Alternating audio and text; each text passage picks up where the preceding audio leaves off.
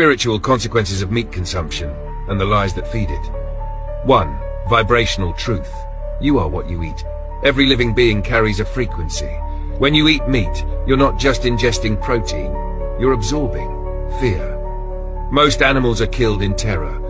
That adrenaline, cortisol, and trauma imprint gets trapped in their tissues. When you eat that, you're integrating death energy, which lowers your vibration. Karma. Spiritually, taking in flesh from a being that didn't consent creates a karmic tether. It dulls empathy, blocks intuition, and severs your connection to higher consciousness over time. If slaughterhouses had glass walls, everyone would be vegetarian. 2. Mind Control 101. Meat as a tool of spiritual suppression.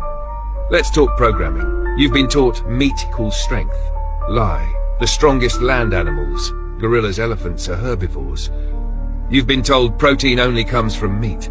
Lie. Plants provide complete amino acid profiles, especially when eaten in variety. You've been told we're apex predators. Lie. Our teeth, saliva, digestive tracts, all herbivore coded. The predator myth feeds the ego, not the soul. Why lie? Because a disempowered, low-vibration population is easier to control, distract, and exploit. Meat keeps you tired, sick, and plugged into the system.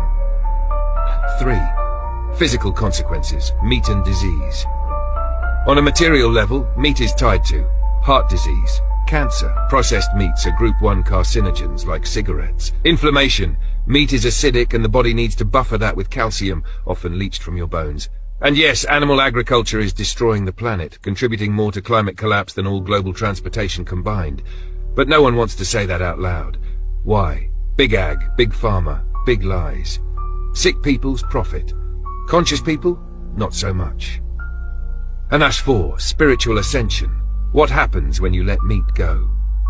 When people stop eating meat and processed animal products, they often report clearer dreams, heightened intuition, emotional balance, a deeper sense of compassion for all life. Why? Because you're no longer putting death inside of you. You begin to align with the vibration of life. This is why most spiritual masters, Jesus, Buddha, yogis, mystics, taught or lived plant-based. 5. The system isn't broken. It was built this way. Understand this. The meat industry isn't about health or necessity. It's about control. Feed people food that keeps them docile. Spiritually disarm them. Break their connection to their inner knowing. To awaken is to remember that most of what you were taught was a lie. Meat is more than food. It's a spiritual block disguised as tradition. Eating flesh is an old paradigm, one rooted in domination, fear, and disconnection. When you stop, you don't just change your diet, you reclaim your power.